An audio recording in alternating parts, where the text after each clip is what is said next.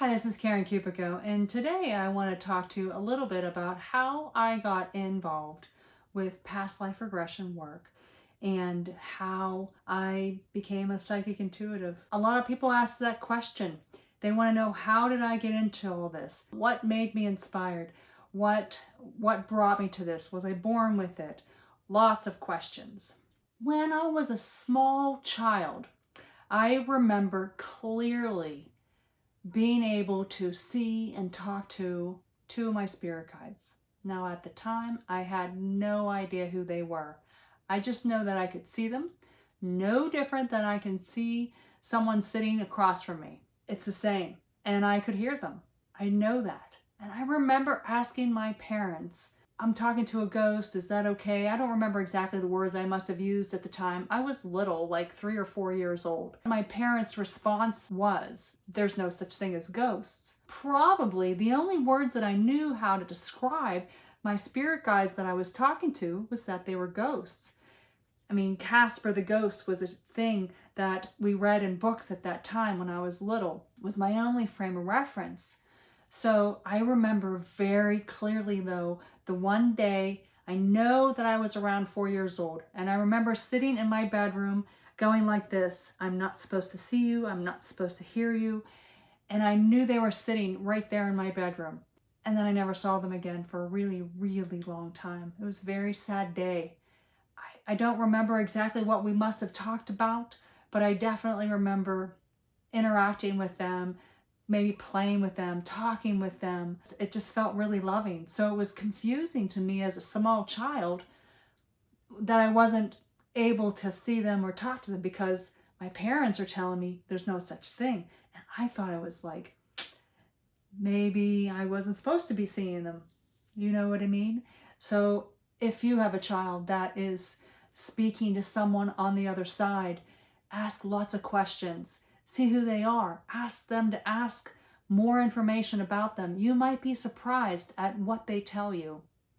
Just keep an open mind when your child says anything to you like that. You do not want to squelch any kind of connection that they have to the other side. They might be talking to your passed over person and you're missing that opportunity, for example.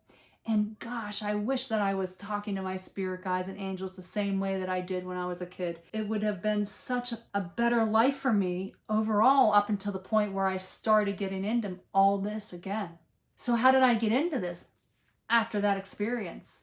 Well, I went to Catholic school, and I'm not going to say it was a good time, but I switched into a public school. I remember walking down the hallway and seeing one of the girls who I didn't know chit-chatting with a friend of mine.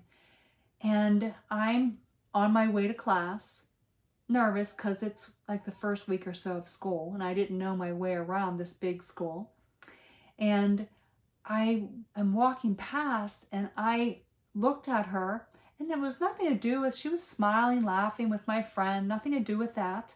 And I remember thinking, man, I hate her. And I was like, whoa, I don't even know her. Why would I think that? And so I was not sure why that I thought that. And the next thing that I heard in my head, which was probably psychic intuition and one of my guides talking to me, honestly, the next thought was, she was mean to me in a past life and that's why I don't like her. Remember, hit that like button and subscribe if you want to hear more information about any of these metaphysical topics. It's so interesting, right? Where would I have that frame of reference? I went to a Catholic school up until that point. It's not like overnight I forgot that in Catholicism you believe that you have one life. And so I thought it was interesting. I didn't even think twice about it. I just went on my business and forgot about it somewhat over time, and I didn't really give too much thought to that moment until when my second child was born, a near-death experience happened for both them and me because of how they decided to come into this life. We're both fine now. It happened in a way that I didn't even realize that I had a near-death experience at that time, and nor did I realize that my child had a near-death experience till way later. It was only after discussing the birth situation with a psychic friend of mine And I'm describing in detail things that, man, when you're asleep, you're not supposed to know. They said, how do you think you had knowledge of all that information? Do you think you might have had a near-death experience? And then I was like, oh, yeah, I probably did. And then I did a meditation on that and could see me on the other side, if you will, kind of floating above the operating room where all that was going on, and recognized that I had stepped out of my body, was working with the angels and the spirit guides, with the guides and the angels who were working with the doctors for my child, for myself, and the whole business. So that kind of started waking me up again, if you will. Then fast forward to 2004. I was able to go on a trip with my sister. We visited Berkeley Springs in West Virginia to have a nice relaxing weekend, and we visited a bookstore there. And at that bookstore, I bought this book. And the name of this book is Children's Past Lives. It's How Past Life Memories Affect Your Child, written by Carol Bowman. And so after I got this book, I couldn't put it down. I read every bit of it until 2 or 3 in the morning. And then any other book that she mentioned in there, I went and bought. Any other book that somebody else mentioned, I went and bought, or I tried to find online, and I looked up and read more information. It was kind of a cool thing because I realized I found my passion. And a lot of people want to find what they're passionate about. So I really enjoy it. I like learning more about it. I love helping people remember their own lifetimes. I know how cool it is for me to remember a lifetime, so I want other people to have those experiences too. Then in 2007, I went to Omega Institute up in Rhinebeck and had a class with Brian Weiss and his wife Carol. Super nice, super informative, to help you learn how to help others remember past lives. So how did I become a psychic intuitive? Funny thing is that when I first started working on doing all this coolness, I call it, where I'm talking about past lives and anything metaphysical, anything at all, I started working on remembering my own past lives to begin with, mostly inspired by this book. So that brought me to trying to figure out why I had asthma, which I figured out. It took me a while, but I figured it out. It took 5 years, but it's no longer a bother and I don't have to worry about that anymore. But what's so interesting is that I knew the moment I first started going to somebody who helped me remember a past life that I needed to write a book about it. Because what I was trying to find is a book that would explain, okay, so what's the big deal? Why do we have all these lifetimes? Why do we go from one lifetime to the next, to the next, to the next? Is it just random? Or are we picking this? Or are we growing on some kind of level, life after life after life? So I did my own work.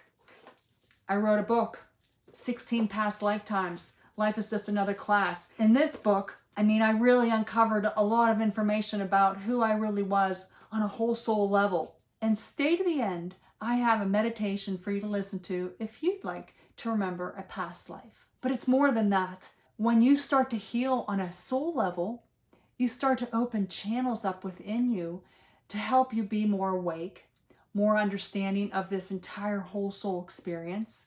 And it helps you get to know yourself even more on a spiritual level, opening up your intuitive abilities that can help other people.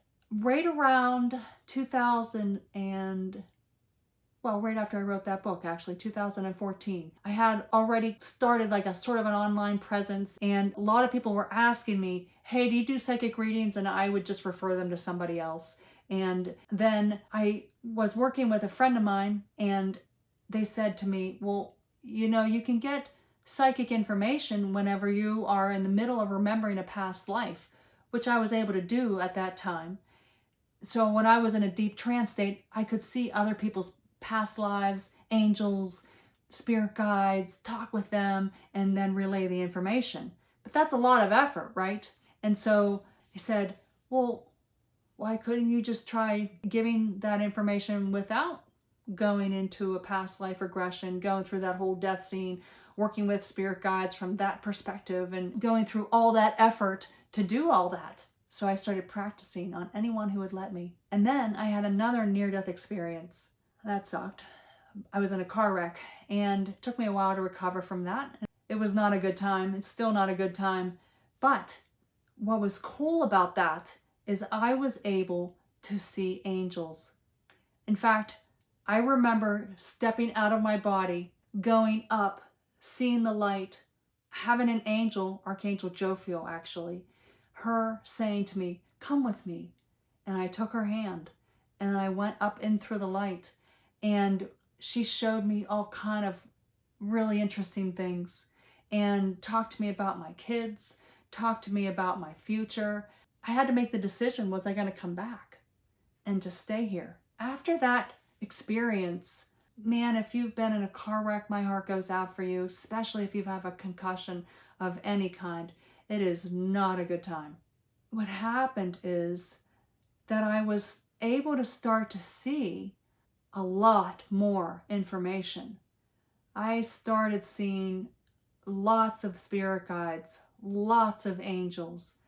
I started seeing people's entire whole soul experience from the time they incarnated as a spiritual being through all their lifetimes, all their information about themselves, and really get some deep information for them. And then their past over loved ones, of course, too.